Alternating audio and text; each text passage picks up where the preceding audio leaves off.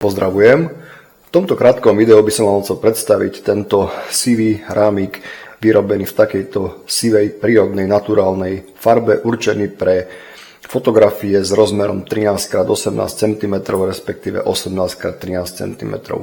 Ten fotorámik spredu je ozvláštnený týmito striebornými lištami, striebornými linkami, striebornými čiarami.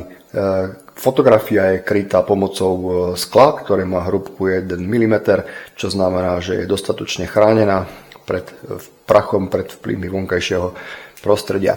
Z zadnej strany je fotorámik tiež drevený, je vyrobená táto zadná časť z MDF-ky, má stojanček, môžeme si ho týmto spôsobom jednoducho postaviť. Keď ho nechceme stavať, tak si ho môžeme zavesiť buď na šírku alebo na výšku pomocou týchto háčikov, ktoré sú dva, takže nemusíme nič prehadzovať.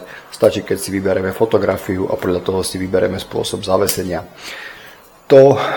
Tá inštalácia, to vloženie tej fotografie je veľmi jednoduché, kedy si odtiahneme, vytočíme tieto 4 západky, vyberieme MDF dosku, zložíme fotografiu, zatvoríme a fotorámik je pripravený k použitiu.